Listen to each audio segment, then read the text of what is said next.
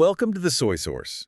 We're whipping up engaging discussions and insights on incredible books, pulling out the most powerful insights and practical takeaways so you can absorb incredible wisdom and spark new ideas all on your terms. Let's sprinkle some soy sauce on your next book adventure. Today, we're diving deep into the source material from Mind Sculpture, the art of mental training. Yeah, fascinating stuff in this one. And our mission for this deep dive, it's really to explore this incredible idea the book presents. Yeah. How just visualizing things, in your mind can actually help you build new skills. And achieve goals that might seem pretty far off right now. Okay, so let's unpack this mind sculpture idea. The book's core concept is that your mind isn't just, like, watching things happen. Right. By actively visualizing, you can genuinely train yourself, your social skills, cognitive abilities, even physical ones. Which is different from just faking it till you make it, isn't it? That feels more like jumping in. Exactly. This is described as maybe a more, effortless way. It's about building competence from the inside, preparing yourself mentally first. So how does the book actually define mind sculpture? What's the technique? It really comes down to engaging in these very detailed imaginary activities. You're using your imagination and thinking ahead to work towards what you want. And the key part is doing the action in your mind's eye.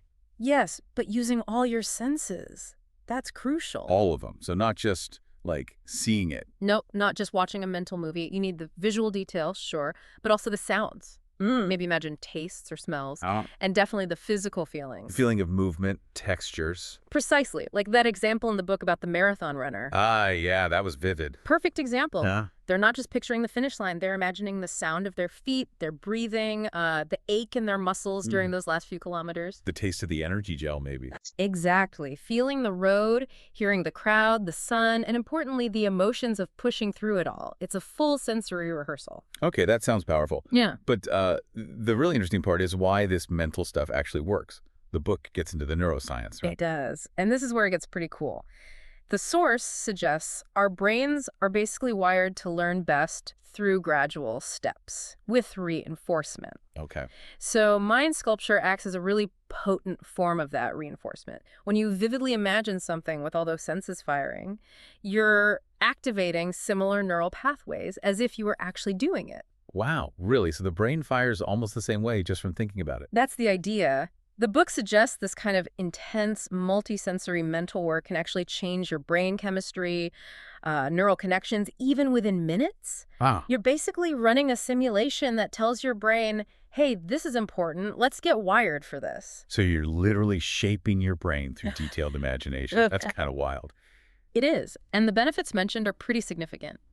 By mentally practicing tough tasks, you can face them with more preparation, less fear. Because you've sort of done it before mentally. Exactly. You bypass some of that initial intimidation. Plus, you can refine things mentally without the risks of, messing up badly in the real world through pure trial and error. Okay, but has this been used, like, for real? Yeah. By actual people? Oh, absolutely. The book gives examples, especially famous athletes.